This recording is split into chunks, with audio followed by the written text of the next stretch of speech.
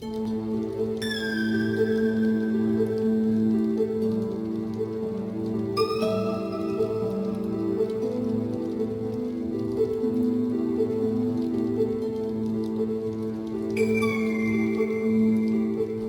I first heard about the Sexy Brutale, I was thrilled.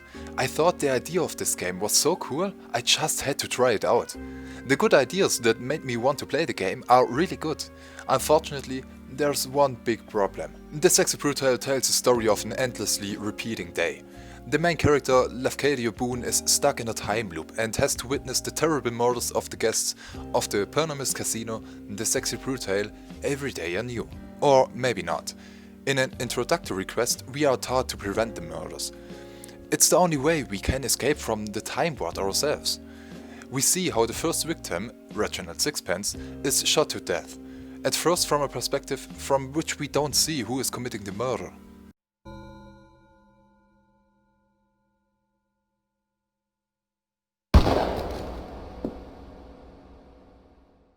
But shortly afterwards, the day begins again and we can see the murder case from a different angle. Now we know that Sixpence is crushed with a shotgun by an employee of the house, and so the day begins again. Now we have much more information, we know who, when and how. If you explore the rooms a little, you will find out very quickly. Good, also because this is the only introductory mission. Every murder case follows a similar pattern.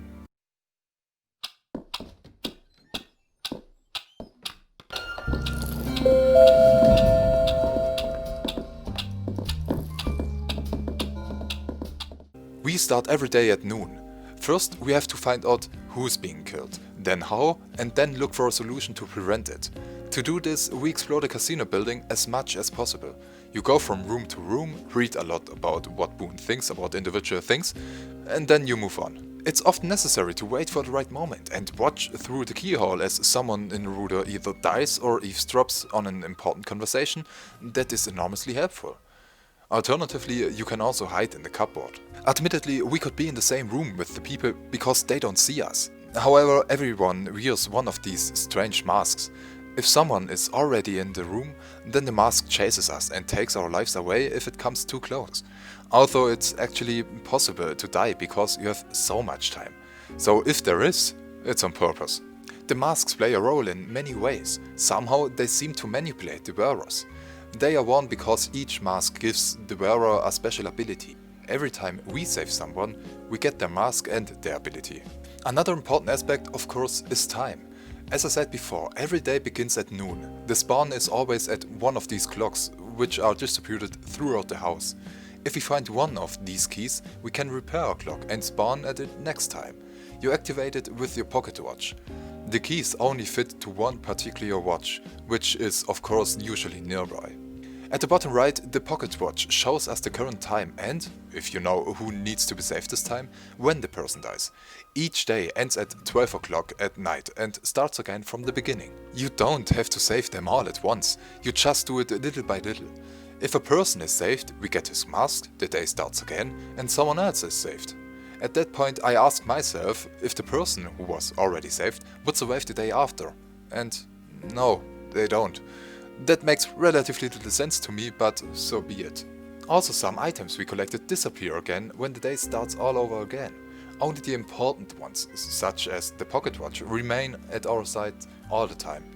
Also important game progress remain. For example, if we have found our door code, this knowledge does not disappear and we can leave out this step, so the step of finding out on the new day. Another thing that is enormously important to praise to the skies is the sound backdrop. Okay, I like to emphasize this point in general because I think it's forgotten far too often, but at this time I'm not necessarily interested in the soundtracks themselves. You can roughly guess from the soundscape how far the day has progressed, because when a person dies, it usually produces sounds like a shattering disc or a gunshot. Sometimes, because of a situation, the soundtrack itself is also changed for that moment, even though the case is long gone. And no matter where you are, you can hear all this.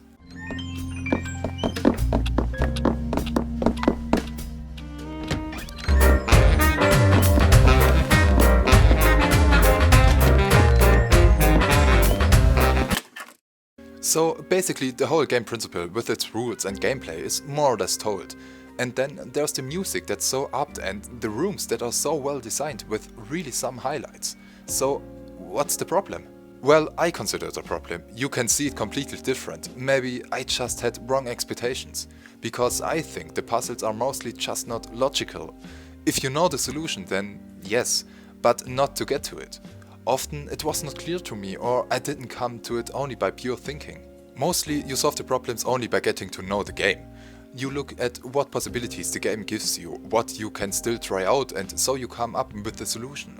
Whether that makes sense logically doesn't matter here. This is not exactly an elegant form of a puzzle game. Whereby it can be that I simply had bad luck in this point. I don't want to spoil, so I will give 2 examples at the end just to make clear what I mean. I had expected purely logical puzzles, so I had real problems in the first 2 or 3 cases, which also took away a lot of fun. But I liked the game. I think the idea is so great. I want to like the game. And I have this habit of having to finish a game if I can still get something out of it. So when I break a game off, it really sucks. But it's been worth it, because for one thing I got used to the principles of the solutions in the end, and so I had some fun. On the other hand, the story developed really well in the end. By exploring and preventing the murders, a nice mystery is built up behind everything that can be seen and is explained very satisfying at the end. There's also a lot to read, which makes you dive even deeper into the world. If I have anything else to criticize, it would that the game has no voiceover, but I can confidently overlook that. Now to the 2 examples why I might just have had bad luck in my thinking. And yes, I mean it seriously. First, the door code. There are 2 doors that can only be opened with a code. I found it out on a door that I didn't want to go through. I needed it on the other door, so I thought, what the fuck? What do I do with it now? And so I walked around in the rooms for a while. Yes, a small look at the map could have helped me, because there are hints shown here. And then it says that the code applies to both doors. Thanks for nothing. The other time I had enormous problems with the woman who hung herself elegantly in the clock tower. The game taught me that I can't be in a room with another person, because then the mask chases me. So the good woman hangs there first, I can't get in. So I didn't even think about going into that room and was desperately looking for a certain item. Many thanks to a walkthrough, because the needed item can be found in the room of the hanging woman, but only after she has killed herself. Then you can already get in, because the mask, it burns or something. And yes, sometimes I look in walkthroughs, even though I hate it. I don't think I've ever looked in a walkthrough as often as I looked in the Sexy Brutale, because when the game stops being fun and gets frustrating, then something goes wrong.